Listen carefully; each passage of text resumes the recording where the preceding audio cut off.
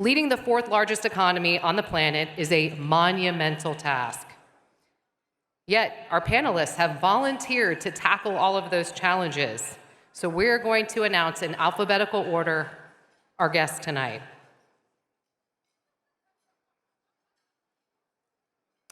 So entering the stage, Tony Atkins, former Senate President Pro Tem, former Assembly Speaker, the third person in state history and only woman to have led both houses of the legislature, combined for 15 years of serving at the state level.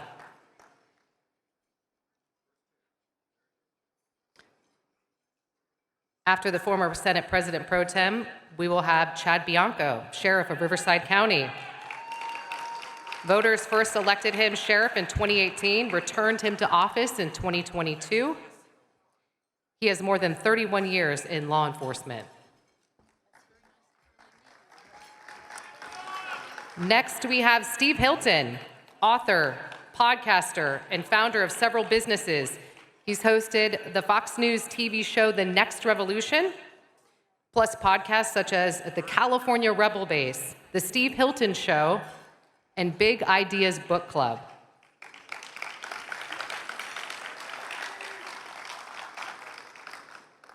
Our current Lieutenant Governor, Eleni Kounalakis, is next, the first woman elected to the position.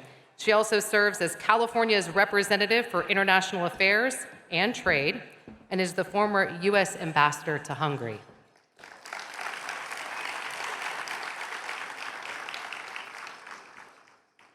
Our next guest, Katie Porter, three-term former member of Congress representing parts of Orange County, including Irvine and the surrounding communities.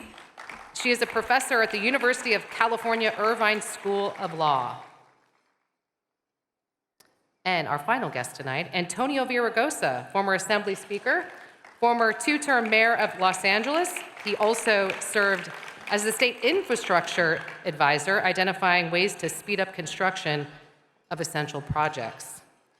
And moderating this very experienced panel of gubernatorial hopefuls, my former press colleague, John Myers, now the Senior Vice President of Communications and External Affairs for the California Chamber of Commerce. Thank you. Look, it magically worked that I'm in the middle. It's perfect, just like we planned it. Good evening, everyone. Dinner was great, so thank you very much. Did you all get to eat? Did you get to eat? Oh, sorry, first question right there off the bat. Again, thank you for being here tonight. It feels a little bit like deja vu for me and my years in the news business, but I don't have to be on deadline tonight, so that's really cool.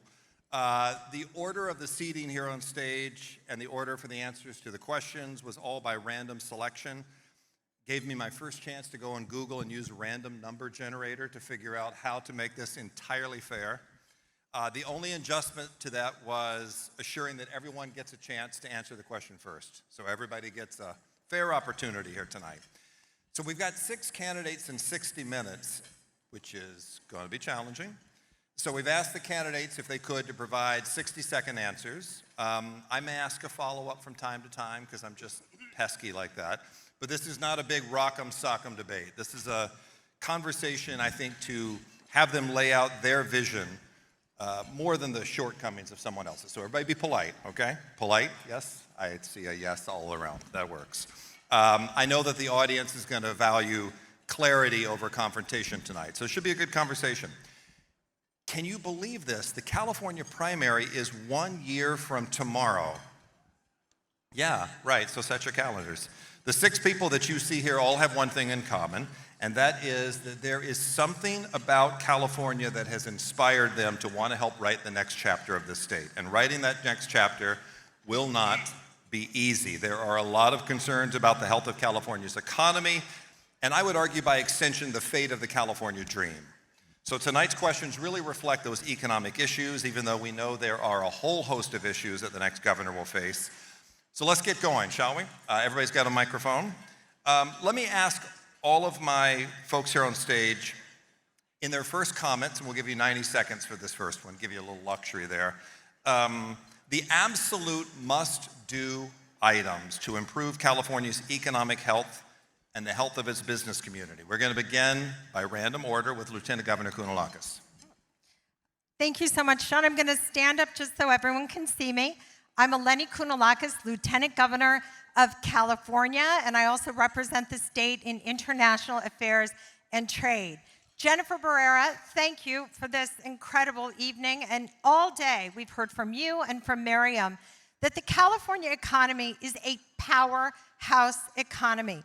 We are first in agriculture, first in two-way trade, first in manufacturing, first in the number of patents, first in the number of new business starts, first in technology. It goes on and on and on. But we're also aware that California has always been a place of great contradictions. We have an affordability crisis that is happening right now that is causing a lot of challenges. And it starts with the cost of housing. I'm a former housing developer. I spent 20 years building housing communities in the Sacramento region where hundreds of thousands of people now live. The thing that keeps me up at night right now is what's happening out of Washington, D.C. The tariffs disputes, the tariff wars that are happening are driving up prices and driving small businesses out of business.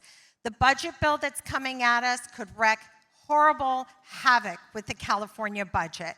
But what used to keep me up at night as a businesswoman was this being on the other side of the table of the California regulatory environment. And what I love about my job as Lieutenant Governor is being able to engage to make it easier for businesses, in particular small businesses, to be able to thrive. So I'm running for Governor of California. I'm very happy to be here, and I think it's time to put a builder in the State House. Thank you. Thank you.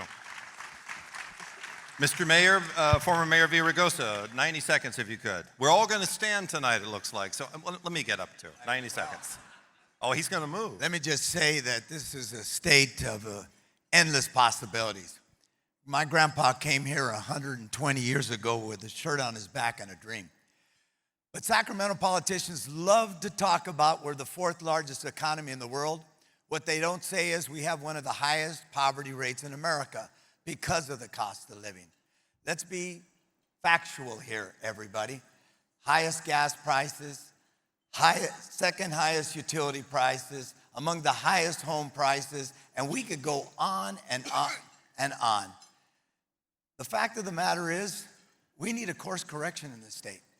The fact of the matter is, we need leadership in this state that's willing to acknowledge and admit this is the worst state for business in the United States of America. I know that. Well, it's true. I'm not making it up, everybody, because everywhere you go, if you have somebody that works in New York, works in Illinois, works in Massachusetts, they say this is the toughest place to do business. Why? CEQA, broken. Why? Red tape, permitting, unable to develop by right. At a time when climate change is our big challenge, we don't build transmission lines in this state. In fact, we're 10th in the western states. And so I'm running because I believe we need a problem solver. We need somebody to roll up their sleeves and get the job done. Thank you, sir. Steve Hilton, you're next. 90 seconds on your Thank you very running much. your vision. Yes, sir. So I'm going to apologize. I've lost my voice. I'm so sorry. But I'm going to do my best. I'm not trying to do a lame Bobby Kennedy impression, just so that you're reassured. My second apology. I'm afraid I still have the accent, but I do stand before you tonight as a proud American. Thank you very much. I'm a proud Californian as well. I love this state. I raised my family here. We moved here in 2012. I started a business here. Back in England, before we moved here, I was working in 10 Downing Street as senior advisor to the Prime Minister, leading our domestic reform program. But before that, I was an entrepreneur and business owner in England, and that included restaurants. Where are my restaurant people? Yes. I was a restaurant owner. That is a tough business. I want to say one thing to Eleni, if I may. My parents are Hungarian. So I've probably spent even more time in Hungary than the former ambassador to Hungary. And also for those of you who know your history, and you know about the Austro-Hungarian Empire, well, we've had an Austrian governor. I think it's time for a Hungarian. Look, I'm going to echo what Antonio said. He basically said everything that I have seen on the road. I've been traveling this state. Everywhere I go, it's the same story. This heartbreaking word that I get from every business I meet, every family. It is such a struggle in California. Everything is such a struggle. The theme of my campaign is to make this beautiful state golden again. And the way we do that is to tackle the three big forces that are holding us back. And I'm going to be very direct about that. And short, I hope, because we have to end the stranglehold of the labor unions on policymaking in California. We have to end the stranglehold of the lawyers on policymaking in California. All those lawsuits that are holding everything up, the PAGA lawsuits, the CEQA lawsuits, we've got to end that. And finally, we have to end the stranglehold of the climate extremism. The root of the affordability crisis is the climate extremism. That's got to go. That's how we make California golden again. And the only way we do that is to change direction with new leadership for our state. Thank you very much, everybody. Thank you, sir. Again, the question is trying to understand ways to improve California's economic health. Congresswoman Porter. Californians are innovators, they are builders, they are designers, they are creators, and that is the reason that we have the fourth largest economy in the world. It doesn't happen because of government. Let's be honest, sometimes it happens despite government. But businesses and workers are being held back by the same thing. It is too expensive to do things here. It is too expensive to raise a family, and it is too expensive to run a business. If we solve this problem, if we tackle the high costs that California faces, especially the cost of housing, we can make California a place that families and businesses choose to stay, choose to come, and choose to grow.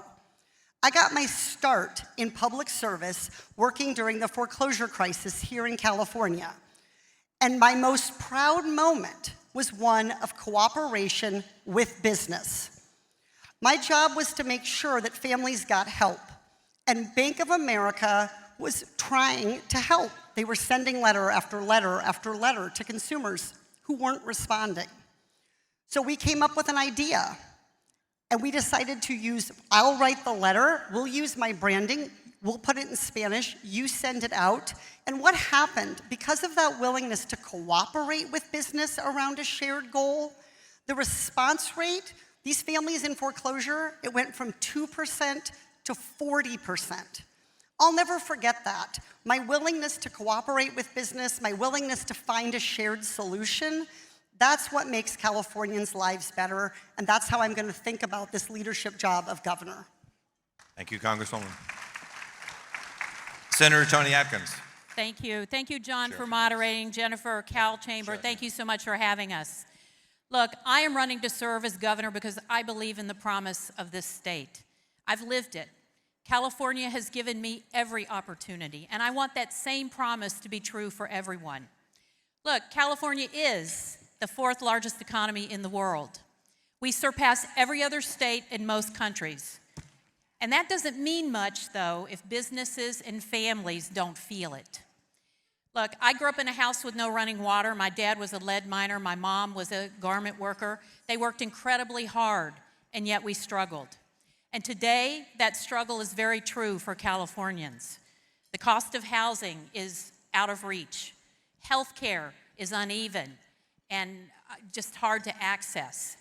It's hard to start your first business.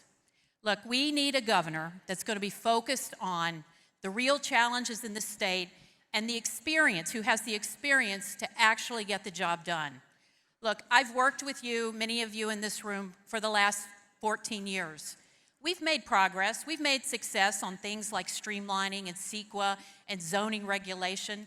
Housing and healthcare are the two biggest issues in this state that we have to focus on. We have to continue to focus, not for 1 year, not for 2 years. It took us 30 years to get into the situation where we are with housing.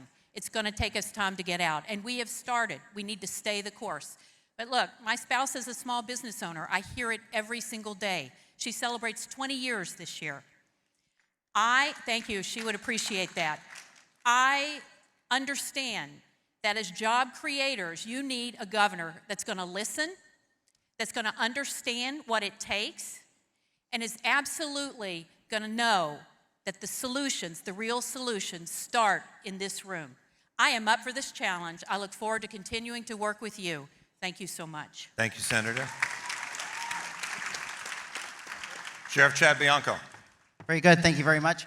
I'm actually sick of hearing about the fourth economy in the world because China is number 2 and nobody wants to live there. We saw millions coming over here crossing our border because they would rather be here. So being number 4 means nothing to me because truthfully, you all are the ones responsible for us being number 4, despite government trying to force you out of business with what the question was of why and what are you going to do and what are the top things. Eliminating the regulations that kill your business and drive costs through the roof that cause our cost of living here to be the highest in the country, and eliminate the taxes that drive you out of this state, searching for a state that is more business friendly. All of the speakers that have talked tonight, and with all due respect, the people that have been on stage, they've told you exactly why I need to be the next governor. All of the issues that we have had have been the same issues that we've been talking about for 20, 30 years, and quite frankly, the people on this stage could have either fixed them or responsible for putting us in this position in the first place. On this stage, I am the only executive, and it's an elected executive at that, that's responsible for spending taxpayer money.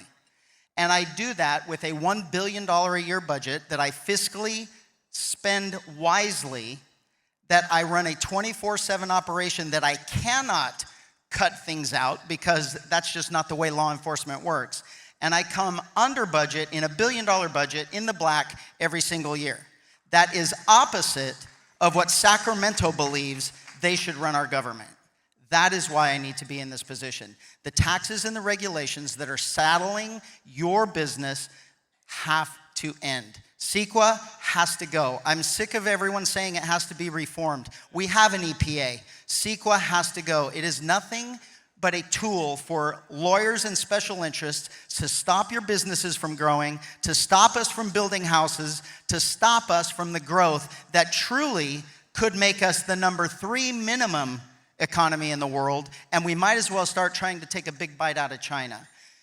California doesn't need someone to listen. We need an actual leader with a backbone that will come into Sacramento and do all the things, not listen to what you want. We all know in this room what you want. You just need somebody there that's going to do it. I have 7 years now as the elected sheriff of doing that, and we're just going to move it to a bigger stage in Sacramento, so thank you. Thank you, Sheriff. Okay, so that was the beginning of our conversation. Moderator's prerogative now. Sit with me a little bit. Sit, and we'll talk a little bit. We're going to try to go to 60-second conversation answers on this. Let's talk about tariffs a little bit, because I want to talk about what's going on now at the national and international level. No question, I think, could be more important to this audience than what the future looks like under the current conversation about tariffs, the president's insistence on a series of tariffs on products imported and sold by some of the folks in this room. So, how do you feel about the president's actions? What would you say to the business owners who might be worried about their bottom line? Sheriff Bianco, how do you feel about what's going on? You have 60 seconds, sir. Thank you. Can you sit if you wouldn't mind? Sure, That absolutely. The cameras that would can be get you easier anyway. It's all right, we're all friendly here. Yeah, I think that America has been taken advantage of for far too long, where we have been the enrichers of the rest of the world rather than taking care of our own country. And I think the tariffs that, the fear-mongering which for the most part, it's all fear-mongering because the tariffs haven't really taken effect yet, and businesses are threatening to raise prices, and they're experiencing possible some increases in items. But for my own particular business of selling you campaign t-shirts, the t-shirts that we just bought them from somewhere else. We bought them from Made in America, and they were only $1 per shirt more, and it's okay. And we're making an American business thrive. So I think that rather than the fear-mongering and wondering what could be and what if we just buckle down with what we have going on, let the president take care of it, and in the end, if he fails miserably, then somebody's going to come in and we're going to rescue it. But we are still a resilient people that we can make a difference. And this fear-mongering about tariffs, we've got to just wait and see what happens. The majority of everything that you read in the media or that you hear in the media is just simply not true. It's about the what ifs if something else happens. So I know there are some differences and there are some things that have taken place so far, but we just need to all relax and just let it play out to see exactly what truly is going to happen. Okay. Sheriff, can I just ask you, are you suggesting that you are not worried about them, or they're not a problem, or you support them? I just want to get the clarity just for a quick 10 seconds. I support exactly what the president is doing, is bringing all these other countries to the table to reduce the restrictions and the handicap that they've put on the American workers and the American farmers and the American businessmen when they try and ship their stuff overseas. That's what I support. Thank you, Sheriff. Steve Hilton, what do you think about the president's tariffs proposal? So first of all, what's the purpose of the tariffs? To bring jobs back to America, to bring manufacturing back to America. I believe everyone here would support that. We're at the beginning of the process. We need to let it play out and then make a judgment. But the really important point is there's not a single person up here that can do anything about it one way or another. What we can do something about are all the other things that are raising the costs of every business in California. The energy policies that give us the most expensive energy, a huge and important input for every business here. The labor regulations that make it more expensive by far to employ anyone in California than anywhere else. The litigation that is now an inbuilt cost for every business in the state. PAGA, CEQA, all of it. Those are things that we can deal with right here. Those are costs that far exceed anything imposed by tariffs. And that is something we can and should address right here in California. That's what I will do. Thank you, sir. Mayor Villaraigosa, what would you tell this audience about tariffs and the president's pounds? Tariffs are taxes, everybody, and they hurt California more than any state. We move 44% of the seaborne goods in the United States. We export ag and tech and aviation. Everybody, this is going to hurt California more than any other state, number one. Number two, what can we do? We can sue, and the governor's done that, and I commend him for that. We're going to take it to the courts. One day it's 15%, the next day it's 145, the next day it's 50, then it's 75. The markets are going wild. The bond markets are going wild. The stock market's going wild. Our pensions are going down. Tariffs are taxes. Okay. Congresswoman Porter, we have some differences of opinion on the stage, which is good. Congresswoman Porter. My dad was a farmer, and my mother started and ran a small business that she was ultimately able to sell. I grew up in the 1980s on a farm during the farm crisis, which was driven in part by reckless and bad economic policy. It's not acceptable to say we just have to grit it out and we just have to live with harmful economic policy. We are the largest state in the United States. We are the world's fourth biggest economy. There is something we can do about it. We can tell the President of the United States that this is a dumb idea and we want it to stop. Mayor Villaraigosa is correct. Tariffs are taxes, and businesses are going to struggle. I heard it again and again and again from businesses in my district and across the state. You need certainty. You need to make plans. People are ordering goods that are going to be sold 6 months or a year from now. People are trying to make investments in business, trying to figure out what they can afford to do. And tariffs upset all of that. Look, everybody wants more jobs in California. We want to be the innovation capital of America. We want tech jobs here. We want to win the AI race. We want to be the ag capital. We need these things, but we cannot get there unless we're making good investments. Investments in education, investments in infrastructure. Tariffs don't do any of that. Thank you, Congresswoman. Senator Atkins. Thank you very much. Look, I don't think the businesses in this room can wait to see how it turns out. I believe in buying California. I buy all my vegetables, ag, California. I believe in buying America. Tariffs are tools to be used in the global economy. If we want to build housing, we need steel. We need wood. We get that from our partners in Canada, and we have our trading partners, Mexico. Look, California has a lot of challenges. This has just been made much harder. Businesses do need certainty. You need to be able to plan. And so this is not good for our economy. We add this on top of challenges. So I agree. No one better to speak out and let this administration know that this is not the right economic policy for our state or for our country. We need to make our voices loud and clear. Thank you. Lieutenant Governor Kounalakis.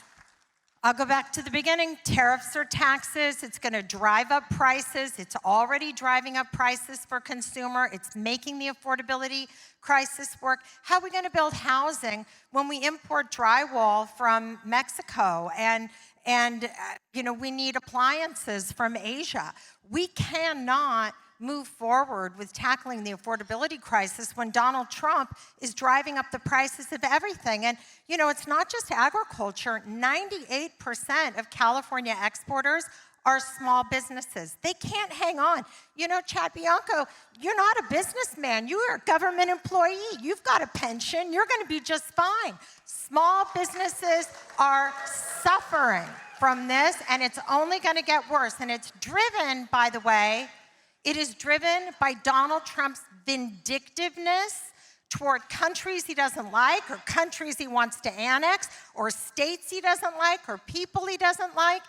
This is hurting California, it's hurting our people, and it's only going to make things worse until we can get them out of the White House. We could spend some time on this topic, but I sense that some of the questions that I want to get to all of you in just a moment here are going to come back to some of this, so you'll have an opportunity to talk about it. I want to talk a little bit about a related topic. As a lot of folks in the audience know, the California Chamber of Commerce is very focused on the issue of making California an affordable place to run a business, affordable for those who live and work at these businesses. But affordability is a little bit of a concept that needs some definition. So I'd like the candidates to tell the audience a little bit about what affordability means to them and what measurement they would, as governor, use to determine success or failure of whether something is making California affordable. Mayor Villaraigosa, you were in my random generator on this. What does affordable mean to you? High gas prices, high utility costs, they've gone up 66% in the last 6 years.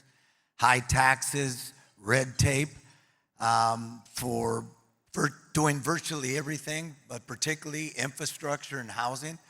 The fact of the matter is, we got a lot of work to do. I love this state, and I'm just as, excited about its future. But we got to grapple with the reality that the vast majority of people, not everybody in this room, can afford $8 a gallon gas. Taking away your gas stoves and your gas water heaters, and we're not building transmission lines? Who are these people? So I think what affordability is, it's about people that work, who take a shower after work, and even many of us who say, we can't continue to raise prices and not address the fact that most people just can't afford it. So that's what it means to me. Senator Atkins, what does affordability mean in your definition? Thank you very much. Two of the biggest drivers that affect affordability are the cost of housing and the cost of health care.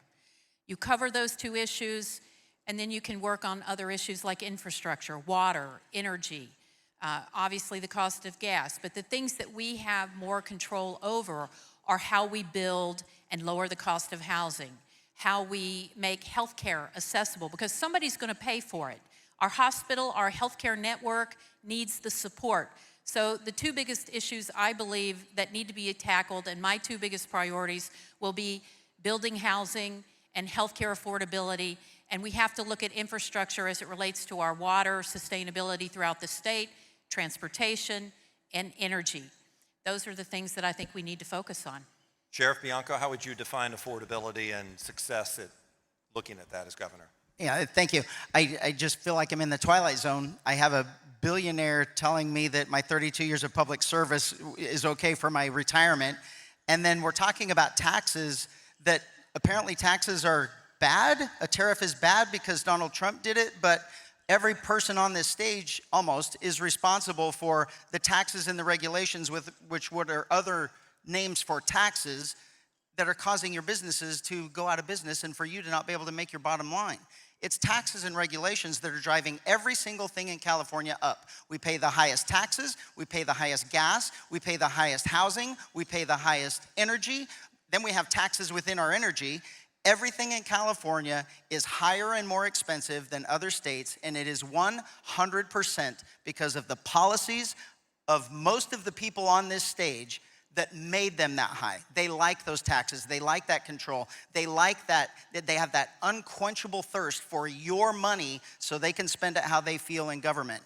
That is what we can't afford. We can't afford government wasting our money when we have kids that have to pool together with friends to buy a home because they can't here in California. We have people that can't, can I put gas in my car so I can go to work, because they can't afford their gas. Everything in California is an affordability problem. Thanks, Sheriff. Representative Porter, I saw your reactions to the sheriff. You're next. How does affordability work for you?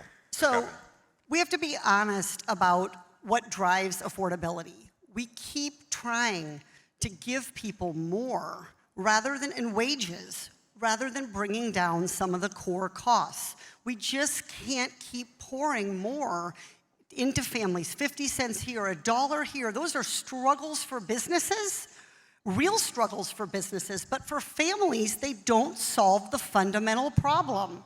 You know that you work hard to give health care to your employees, but what do you often hear? They can't get it. It's too expensive. It's too hard to find a provider. You provide good wages for your employees, but it's not going to be enough unless we bring down the fundamental costs. Housing is a huge part of that, and CEQA reform has to happen. Not a little bit of CEQA reform, not just talking about CEQA reform, real reform, because that has the potential to take as much as 20% off the cost of housing. We also have to look at the other big drivers, childcare and the cost of college. Look, I push a shopping cart. I know what gas costs. I'm a single mom, and those kids are extremely hungry at all times. And I'm here to tell you, I see the prices in the grocery store, and it's bothersome. It's annoying. I take things out of my cart. I say no to my kids. But what really keeps me up at night, why I'm running for governor, is whether my children are going to be able to afford to live here, whether they're going to ever get off my couch and have their own home. It's time. Okay, so I have a couple of teenagers. I have some thoughts on that, but I'll let it go. Lieutenant Governor Kounalakis. So I think we've pretty much covered all of these drivers. So I just want to dig in on housing a little bit more. The median home price in Texas is $330,000 for a single family home. The median home price in Florida is about $410,000. The median home price for a single family home in the state of California is $910,000. The housing crisis is the everything crisis. The housing crisis is the affordability crisis. And I'm the only person up here who has ever actually built anything. We built master plan communities, backbone infrastructure. We built the water infrastructure, the sewer lines, the electricity lines, the conduit. We stubbed the houses. We brought PG&E in. sometimes taking forever. And we sold finished lots to builders who came and built houses for families. And nothing made me happier in the 20 years that I did that work than seeing young families pushing strollers, going and picking out the floor plan of that home in the new neighborhood here in Sacramento. When I went off to serve as U.S. Ambassador, you could still buy in one of our projects a new single-family home for $200,000. That was back in the late noughts, like 2008, just before the crisis. Today, there are counties right here in the area where just the fees are $260,000. It's not just CEQA, it's a whole bunch of things. My pledge is that 10 years from now, if I am ending my time as governor of California, young people will be able to buy a home in this state again. Steve Hilton, your thoughts on affordability? I'd like to go a little bit deeper even than you on housing, and also to point out that you're not the only person on the stage who's built housing. I have too. My stepfather was a builder. He was a general contractor, an immigrant from Hungary, working class life that we had. I worked for a construction company in London. We built. So I know what that's Noted. like. But let's look at the cost of housing. The Turner Center for Housing Innovation in Berkeley, they calculate that impact fees, taxes, to the sheriff's point, can be up to 20% of the cost of housing. The labor cost of housing driven up. Why? Not because of CEQA, because of CEQA litigation, the lawsuits that are used as leverage by unions to extract project labor agreements that drive up the labor cost of housing so that it costs 4 or 5 times as much to build the same floor plan here in California as it does in a neighboring state. The construction materials, Tony talked about timber from Canada. Why are we bringing in timber from Canada, for goodness sake? A few decades ago, we harvested 6 billion board feet of timber from our forests here in California. Now, because of the policies we've had in place, it's down to 1.5. We're importing the rest from Canada when we've got all the timber we need right here in our state. All of these drivers of cost are the result of Democrat policies. And finally, to your point about what does affordability look like to you, it looks like what I announced yesterday with a plan for $3 gas.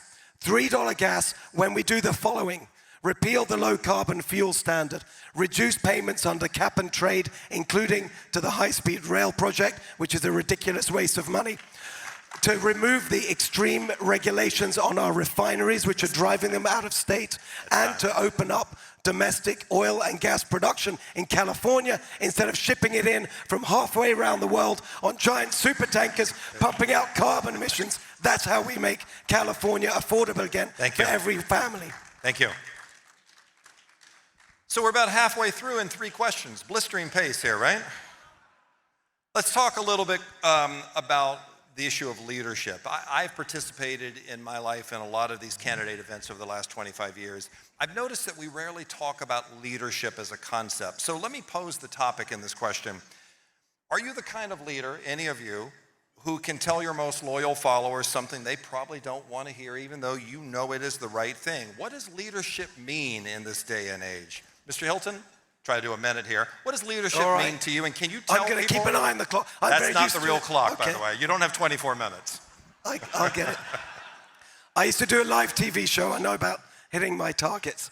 Look, to me, leadership is standing up and saying the truth, even when it's difficult and unpopular. I was the first person in March 2020 to tell the truth about the outrageous, unjustified, cruel and destructive lockdowns here in California that started in Santa Clara County, where I live, then spread to the Bay Area, and I'm afraid Gavin Newsom imposed the first statewide lockdown, totally unjustified, crushing small business, big business, our children losing their opportunities for a generation. I was the first person to stand up against that. I was the first person to say that we cannot have this assault on our communities when it is not justified. Time and again, I have spoken out when it has not been popular. That is what I will do as your governor, to tell the truth so that we can lead together in the right direction. So, Representative Porter, on this question, are there hard truths you would tell people that are your loyal supporters they may not want to hear? What would that be? I don't think anybody who has ever seen a clip of me in Congress with a whiteboard doubts that I am willing to tell hard truths. But this means being willing to tell hard truths to people who you've long considered friends and allies. That is part of the job. I love this question because make no mistake, governor is a leadership position. And if you're not comfortable talking about being a leader and how you would lead, this is the wrong job for you. I say no all the time. I'm a single mom to 3 kids. It literally is the first, middle, and last thing I say every day. No, you cannot drive my new car. No, you cannot have that. No, you may not stay out till 1 a.m. The point, though, is you don't just say no. You say no, but what are you trying to accomplish? What's the goal? And then you try to figure out how to get there. So it's not just about sort of shouting at people or blaming people. It's about figuring out what you're actually trying to do. I served in Congress, and one of the biggest problems there is they don't know what they're trying to do. So is it any wonder that they don't get there? The other thing about being a leader is being a leader is about being brave. Being a leader is about being unafraid of good and new ideas. And California is in short supply of good and new ideas. We keep doubling down on the same thing we've always done, creating like a regulatory death by 1,000 paper cuts. Right. I know paper cuts don't sound bad, but you're still dead. Mayor Villaraigosa, what's the hard truth you could tell people here to be a leader? You know, it's easy to oppose, and disagree with your opponents. It's a lot harder to take on your friends.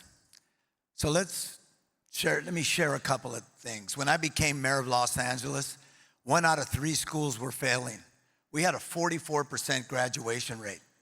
I had tried at first to work with my friends, but when I couldn't, I walked away and said, we're gonna increase the graduation rate, and we did by 60%. We went from 1 out of 3 failing schools to 1 out of 10. On this issue of energy that I've been talking about, high gas prices and energy costs, I had a 100% record when I was in the legislature on climate change, according to the California League of Conservation Voters. #1 American city in reducing carbon emissions, #5 in the world. My effort to clean up the port, the biggest port in the United States, was the most far-reaching in the world. It is the greenest port. So for me to take on my friends and challenge them, that's leadership. We can all say, last week when I said to the California Federation of Labor, no, I will not sign a bill that says you can go on and strike and get unemployment benefits. Not because I don't believe in labor or support strikes from time to time, but because I just don't think that's my role. And at the end of the day, we need people that can say no to power. Thank you. And I've been able to do that again and again and again as speaker. Thank you. And as mayor, and now as a candidate. Thank you, Mr. Mayor. Senator Atkins, I think I asked this question because there's a perception, I think, out in the world that sometimes elected officials don't tell those hard truths. Sometimes they kind of sheet in a little bit on what needs to be said. What do you say to that? Well, let me tell you a hard truth. We've done some secret reform. We've done zoning regulations. I've been in the legislature for 15 years. There are 120 legislators. If we could get housing built faster, we would do it. The problem is our communities that do not want density. So when you talk about, I've been able to tell community members by doing pieces of legislation that were very controversial, one that took 3 years to do to change zoning in California. Leadership is about collaboration, it's about listening, it's about partnerships, it's about making sure that you bring all the stakeholders to the table. If I could be queen, I would. But that doesn't work. You have to bring people with you to find real solutions. And I would say, as someone who's worked very well as a speaker, a pro tem, not just with Democrats, but across the aisle to get things done. Do we have challenges? We have a lot of work to do. But we're not going to be successful if we don't figure out how to have the conversations with the legislature and the governor. Thank you. Sheriff Bianco, what would you say to people who are already on Team Bianco? What are the hard truths that you are willing to say in terms of being a leader? That are already on, it's like, thank you. T-shirts at biancoforgovernor.com. The thing about leadership is I mean, for 32 years now, well, probably 28 years, I've taught leadership. And what I tell every single cadet or employee or other officer about leadership is you absolutely must care more about yourself.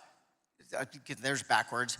Freudian. You must absolutely care more about others than yourself if you are going to be an effective leader of men and women. That's an absolute must. And if you care more about your election, if you care more about whether or not you're governor, then you are failing everybody else in leadership. Real leadership in California is standing up and saying that over the last 30 years, this progressive momentum in California is destroying our state. That's real leadership, because we're all afraid to, because it's a blue state, and as a Republican, you can't do that if you plan on getting elected. But the reality is, truth is always going to prevail. The majority of people are tired of being lied to by their politicians because it's a gimme now. It's just an accepted fact that our politicians lie to us. And that needs to change. A leader doesn't lie. A leader leads from the front. A leader leads by an example. And a leader does everything for the people that they are leading, not themselves. Thank you, Sheriff. Lieutenant Governor, leadership to you here for a moment. So when I was working with my dad for so many years, building our family business, whenever something tough would come along, he would say, you know, Eleni, every problem has a solution. You might not like it, but every problem has one. When you run a business, you don't have the luxury of a fancy speech to cover up the fact that you might not be able to make payroll. That's how I've been trained. I think it makes a big difference when you have signed both sides of a paycheck, when you've had to get to yes, when you've had to solve a problem in order to keep your business going. And I have brought that with me into government. I sat across Viktor Orban. I have stared down dictators. I am as tough as they come. But at the end of the day, the math has to add up. We don't do that enough in government. And that is ultimately why I'm taking this step from the first thing I ever ran for of lieutenant governor, now after 7 years of understanding how the state works, to bring that experience to the challenges we have, not with pretty rhetoric, but with the ability to solve these challenges, difficult though they will be to solve. Thank you. Okay, so we're going to have a little bit of what I would call the palate cleanser part of the conversation. Because it's so early in the campaign season, I thought it could be helpful to have a little snapshot of things. So we're going to call this a bit of a lightning round. I know candidates in my experience roll their eyes. You don't really like this, but such is life. Life is tough. That's what I tell my teenagers. I tell them life is tough. They don't listen to me about that. So here we go. A specific question about taxation. I'm just going to go down the row. Senator Atkins, I'm going to start with you, then I'll reverse it because what the heck. Taxation question. There's talk at the state capitol right now of a new corporate tax to solve part of what's a $12 billion budget problem. Would you support a tax to balance the books today? I think it is absolutely a last option. People are already feeling overtaxed. I think we have to look at every other option before we do that. Lieutenant Governor, would you put a tax on the table now to solve this budget problem? No. Mr. Hilton, would you put a tax on the table to support the budget problem? We already pay the highest taxes in the country. Instead of a tax, what we should do is not increase spending, as the governor did in his May revise, on the state bureaucracy by 18%. That $7 billion increase in spending on bureaucracy should not go ahead. See, lightning round, that's a no. Congresswoman Porter, $12 billion deficit, taxes being talked about by your fellow Democrats in the legislature. What would you say to that? Let's be honest. There is waste, fraud, and abuse in our government that we can close to help meet our budget gap. We can also take a look, and we're going to have to take a look and make decisions about priorities. I don't think more taxes right now are the answer. Sheriff Bianco, I feel like I know the answer to this question, but I'm going to ask it anyway. Would you, as governor, support a tax increase to solve this problem? Absolutely never. There's probably 100 billion in absolute waste and fraud going on in this government. Why would we ever think of doing it on the backs of all of you? Mayor Villaraigosa? No. And when I was speaker, we had the biggest tax cut in California in the 90s, the car tax. I'll tell you, we got to live within our means, everybody. We love to talk about the fourth largest economy in the world. Okay. Why do we have a 14 or $12 billion deficit? That's a long bolt of lightning. Okay, fair enough. Okay, next question. That's a long bolt of lightning. On Monday, we saw, this is perfect to start with you, Mayor Villaraigosa. On Monday, we saw a new group emerge in the Los Angeles area with what they call a living wage for all. Minimum of $25 an hour minimum wage in LA, perhaps a statewide push of $20 an hour for all positions, higher minimum wages in the future for California, yes or no? I believe in a higher minimum wage, Okay. but I'm with Katie. You know, folks, we can't just keep on raising the minimum wage. We address affordability, and we don't have to do that. All right, there's your answer. Sheriff Bianco, Karnak here, my Johnny Carson moment.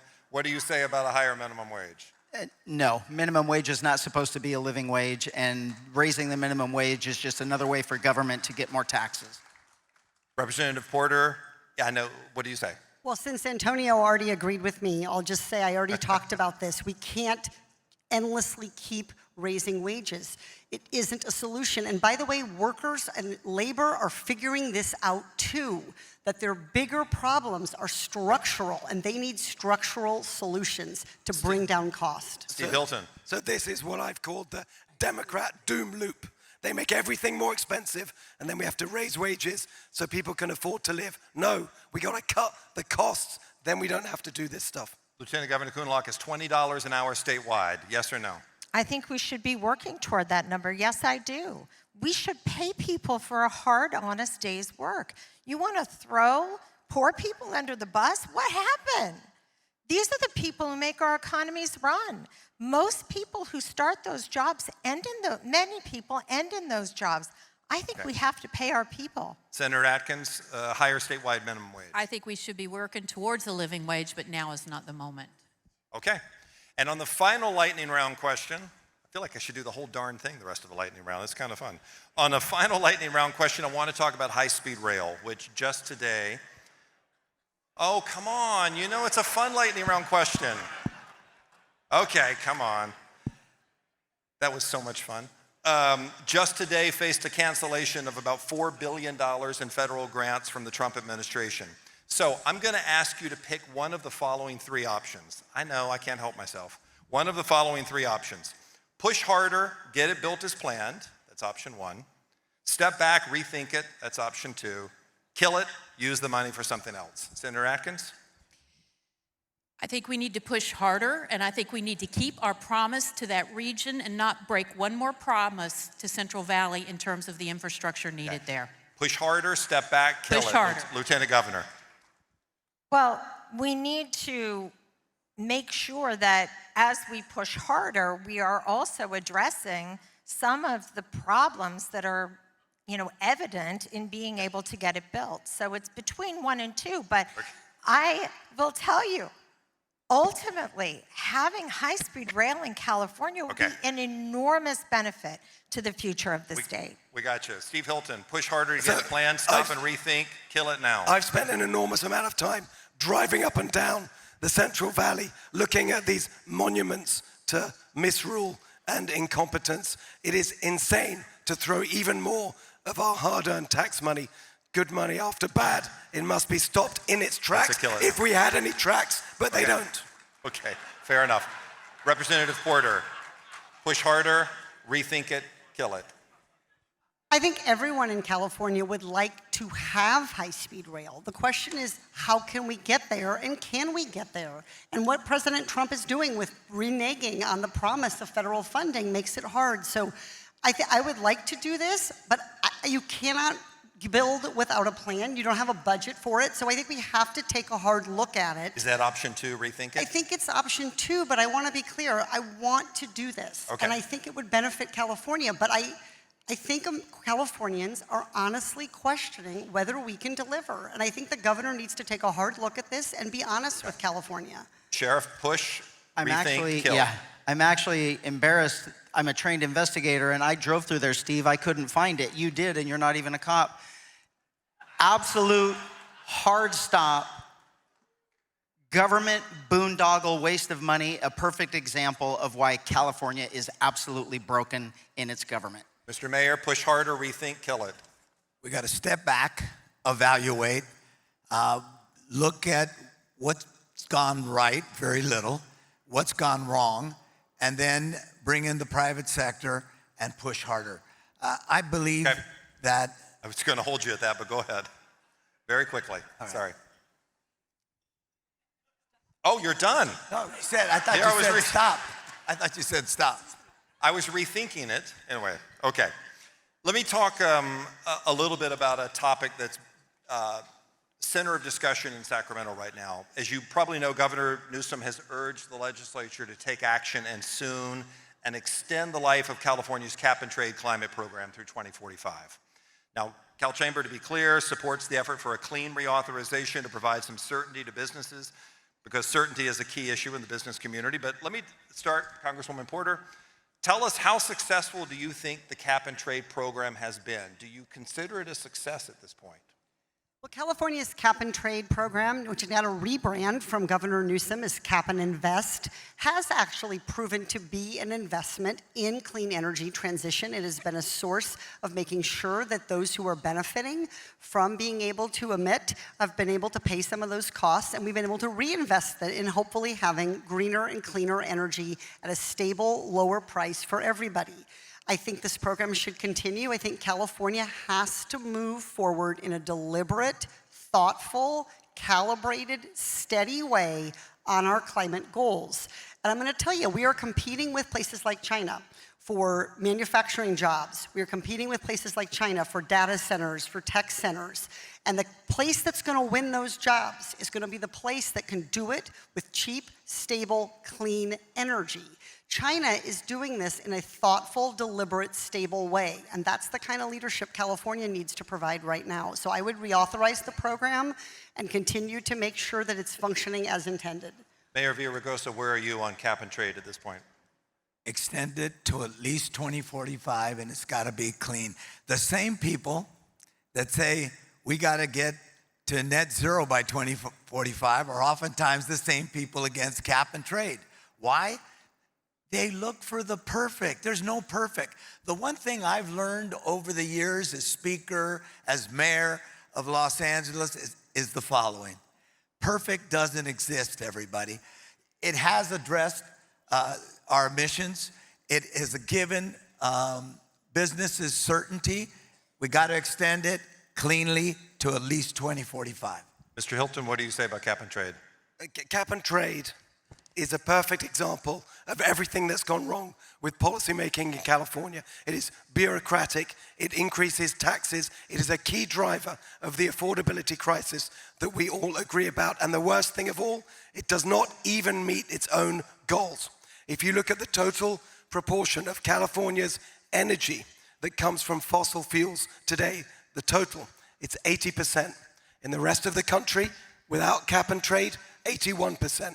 It's made barely any difference. All it's created is this swamp for lobbying and special interests and nonsense that just drives the cost of everything up. We need affordable, reliable energy that is as green as possible, not pursuing this insane and unachievable net zero target for 2045, driving up the cost of everything, crippling families and businesses in the name of an ideological goal that isn't even being met by the current plan. It has to go. That is what we have to tell the truth about, that this climate extremism is the main driver of our affordability crisis. We need common sense environmentalism in California, not this ideological zealotry. That's what I will bring to this state as governor. That's actually how we solve the affordability crisis. Thank you. Sheriff Bianco, would you reauthorize this? No, so here's where the leadership and the honesty comes in. We've been doing this for far too long, And the reality is California, it was a grand emotional argument for us to save the world, save the environment, save the world. And the reality is California accounts for less than 1% of the emissions of the world. And yet we are the only ones breaking the backs of Californians to pay for it. All this is a hidden agenda of raising more money, taking more money, unaccountability of where we're spending it on a pipe dream of California making the world's environment better when no one else is doing it. And exactly what Steve said, everything that we're doing accounts for a minuscule difference than the rest of the country. The idea was for California to set the tone for the rest of the country, but the rest of the country said, you're killing all your businesses, you're killing all your residents, they can't afford it, there's no way we're doing that. So absolutely, cap and trade must end. If the legislature is going to approve it, there absolutely must be requirements to lower the cost of everything. Lieutenant Governor Kounalakis. Cracking the code of clean energy will drive California's economy into the future. We have been able, because of cap and trade, to make investments in wind and solar and battery. We have had many days in the state of California where the entire state already can run on clean energy. It's amazing. We have a transition, we call it a transition for a reason. I think that it's clear that Californians are going to have a rejection of energy prices going through the roof. But so far, we have been able to build an incredible capacity in clean energy and investments in things like fusion. And I want to say one more thing about cap and trade, which I support extending. Right now, because of the challenges that we have coming at us at Washington, the governor is so worried about being able to pay our firefighters that cap and trade funds are going to support California firefighters because they are not part-time anymore. They're not only hired during fire season, they are working all year long because of climate change. Senator Atkins, if you were in the Senate now, would you vote to extend? I would vote to extend and keep the stakeholders at the table, much like last time when business, labor, and environment were at the table. We need to look at the expenditure plan, however. Look, I was born in Virginia, but I got here early enough in California when I couldn't see the LA skyline when I drove in. This is about clean air for California. I know the rest of the world, we set the trend in California. Innovation, technology, all of those things are critical. But I do think it's important that everybody be at the table as we make this next decision extended. And then the expenditure plan is a whole different discussion that really needs to take place. Thank you. So I just want to get in one other topic before we close here. So with your permission, I will just go just a skosh over the time. Not far, don't worry. I'm not keeping you from the after-dinner festivities. But I think it would be remiss of me to not bring this topic in. There's no community in California that has not been untouched by the crisis of homelessness. It checks all the boxes. It's a public and mental health crisis. It is a quality of life crisis. It is a threat to communities and businesses. And it is, let's be honest, a symbol of systemic failure. So I really want to hold you to a minute. I know it's super hard, but if you could tell me a little bit about your thoughts on what we do next, Senator Atkins, if you could give us a minute on that. Absolutely. Homelessness, we continue to work hard to eradicate in California. It's a housing problem, first and foremost. And then it's a public health issue, mental health, drug addiction, behavioral health. We've got to continue to make sure that we include housing first, services with housing. And, you know, all of the work we've done to put forward behavioral health beds in this state with Prop 63. We've got to look at our workforce issues, but it's really an issue that we need to continue to focus on because it impacts not just the people who are homeless, but our communities, our small businesses. We've got work to do, but it is also very much a housing problem. Steve Hilton, what would you say is your priority on homelessness? Well, first of all, let's just be honest. This shames all of us. It shames us. We would never allow anyone we love to live in the conditions that we see on our streets in our cities and have for too long. And it's just unacceptable that it's gone on so long and so badly, and so we should not accept it. here are the simple things we need to do. Number one, enforce the law. It is illegal to camp on the streets and always has been. And the way that local government in particular has hid behind the Boise ruling in the Ninth Circuit all those years ago to fail to do their job and enforce the law is unacceptable. Now you see some communities using the Supreme Court ruling, Grants Pass versus Oregon, to finally act. They all need to act, and quickly. But that takes us to the second point.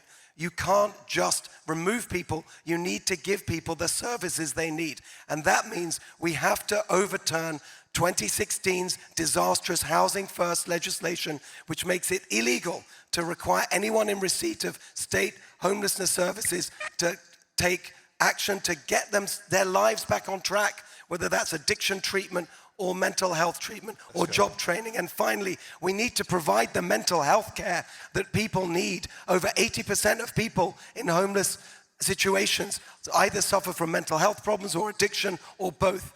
We've got to fund mental health care. It's been cut to the bone. We need to give people the treatment they need so we can solve this problem once and for all. Thank you. Mayor Villaraigosa. You know, not so long ago, after the Grants Pass decision, they asked me if I believe in criminalization. And of course, I do not believe in criminalizing the homeless. I do believe in compassion. But folks, let's be honest. What we have on the streets of California cities is chaos. You can't sell drugs on the open market in front of cops. You can't put tents in front of schools and in parks, because we know what schools and parks they'll be in. The fact is, it is housing first. We have to have housing. We have to have supportive services. We have to have more mental health. I support the care courts. We need to fund them and expand them and drive them. In the 1950s, it was impossible to put people, one flew over the cuckoo's nest, in a mental institution. It was too easy to put them in, and now it's impossible. There's a middle ground here, folks. You live in cities in this state, and people are tired, and we need to move on it hard. Thank you, Mayor. Lieutenant Governor. So I encourage the governor's office to write the amicus brief for the Grants Pass decision. And I went to Washington and I sat in the Supreme Court for the oral arguments because we had to return the power of government to be able to enforce our laws. And that's why, if you notice, that things are slowly starting to get better. I believe Californians are compassionate, and what they see is a human rights crisis playing itself out on our streets. Housing is absolutely essential. When you have housing prices the way they are, it is driving this problem, but so is drug addiction, and so are mental health issues. As a former U.S. ambassador, I went to refugee camps, and I have seen care delivered on a larger scale, more efficiently, so our dollars can go farther. Oh, Steve Hilton agrees with me on this. Breaking news. But seriously, we need to be able to use all of these billions of dollars that we're putting out there in a much more efficient way. As a businesswoman, that is what I'm going to do. Thank you. Representative Porter. Well, I sure hope, Eleni, that part of the reason homelessness has gotten better is because California has spent a shit ton of money on it.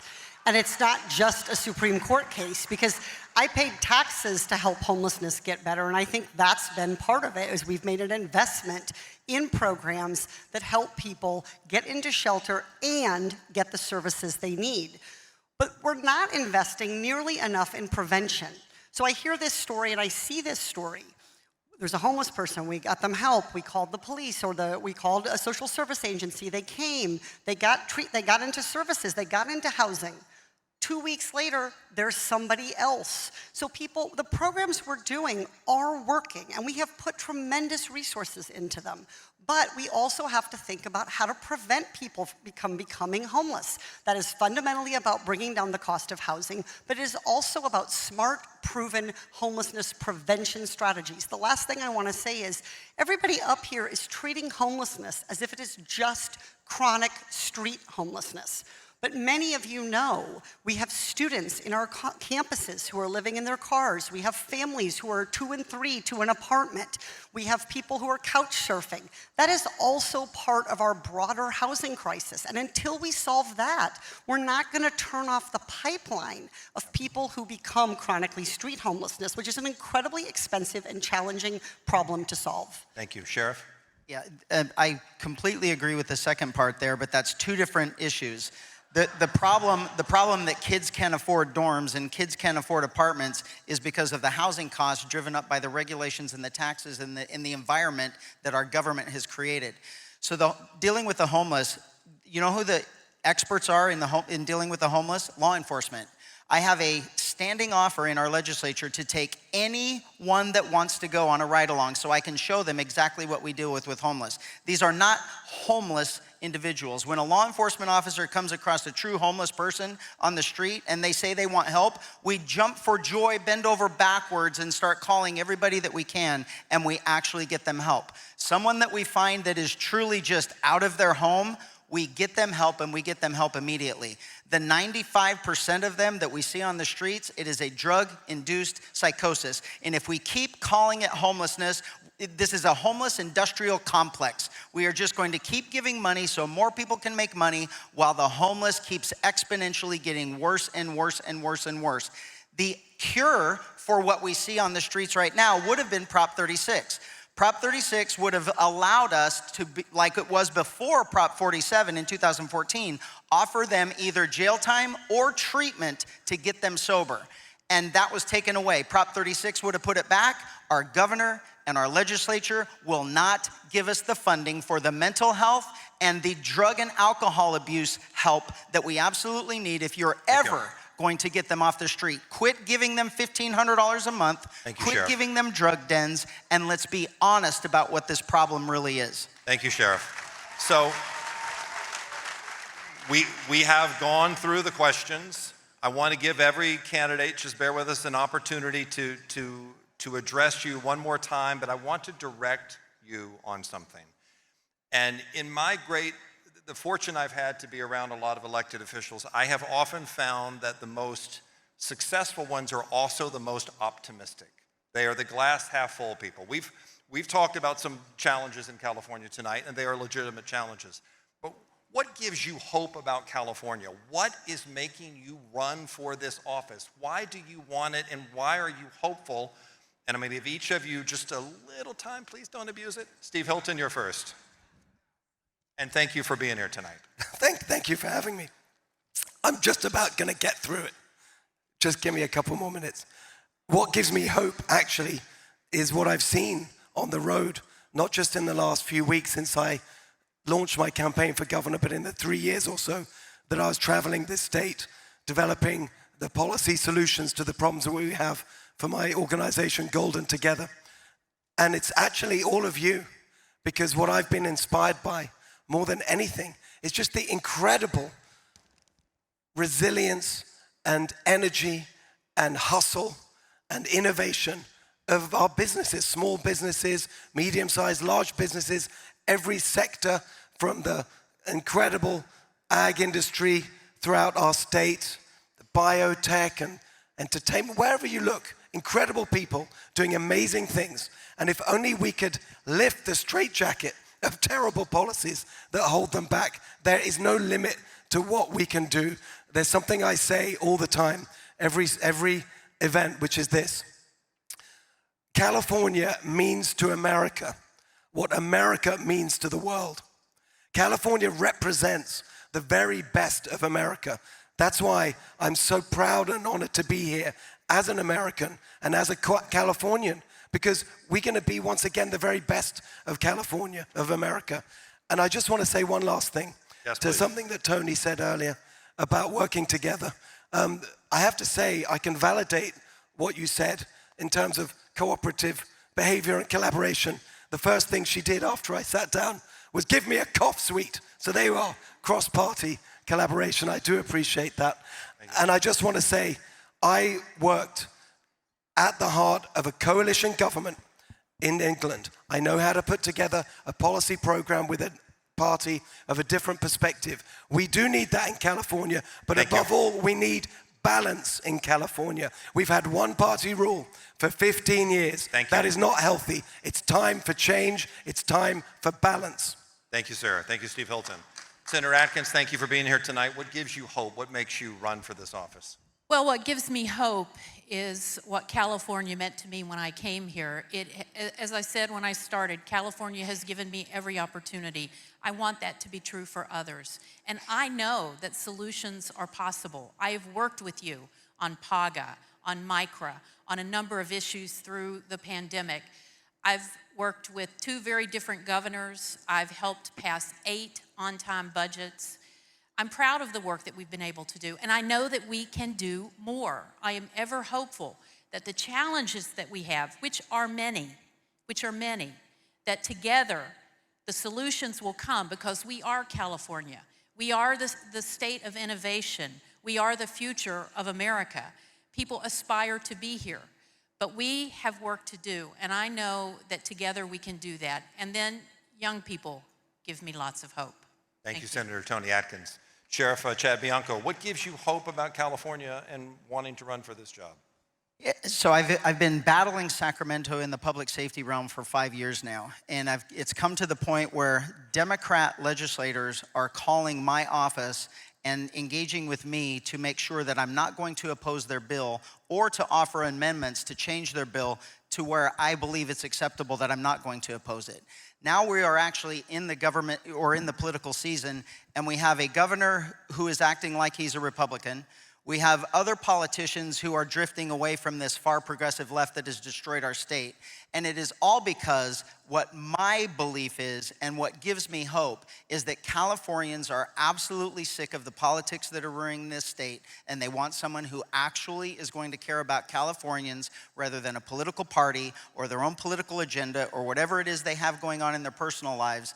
They want someone who cares about California, and that's the momentum that is going across California. It's new government that actually works for its people instead of the other way around. Sheriff Chad Bianco, thank you very much. Representative Katie Porter, what gives you hope in running for this job? That we're seeing people talk about how important it is to have a strong economy. That we're not content in California to just have a big economy. We want to have a stable one. We want to have a healthy one. We want to have a growing one.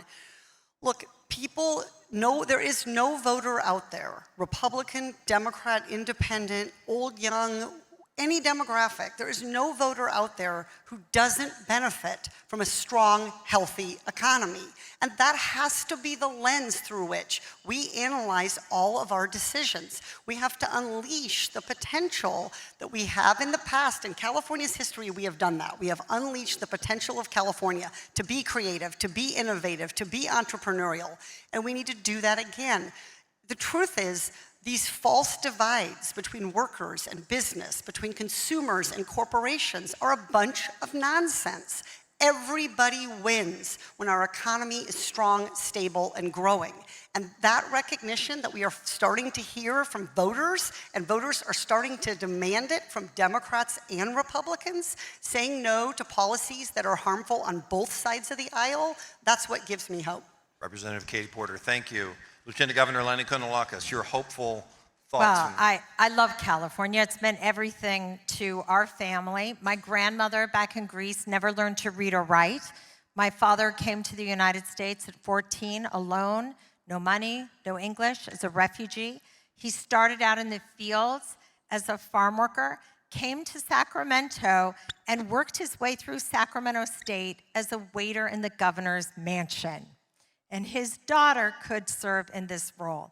But what really gives me hope is I serve as lieutenant governor on the UC Regents, the CSU trustees, and the Community College Board.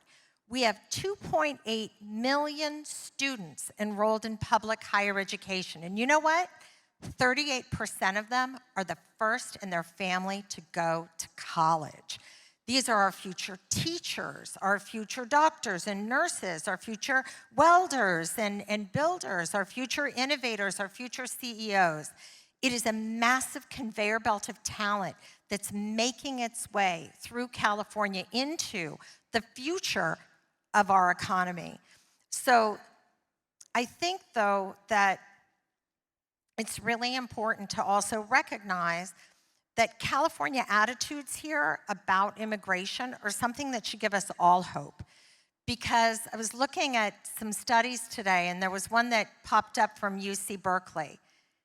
82% of Californians believe that immigrants should have a pathway to citizenship. 82%. That cuts across all political lines, and it just shows what an open society we are and how hopeful we are for the future of our people. Lieutenant Governor Lenny Kounalakis, thank you. Mayor Antonio Villaraigosa, please, your thoughts here as we wrap up. Well, first of all, thank you to the chamber for having us all. It's good to see the five of you, and good to be here. You know, I've often said California is the only state with its own dream. There's no Texas dream, no Florida dream, no Alabama dream. There's only a California dream. And when I'm hopeful about California, what I think about are people who come from every corner of the earth to America, to our shores, but they come here. They come here to reinvent themselves, to reimagine what their life and their future could be. As you said, Eleni, your father, your grandfather before that, and I'm with you. You know, we got to do something about the fact that there are people here, more people here from other places in the world than any other state in the country. They work hard.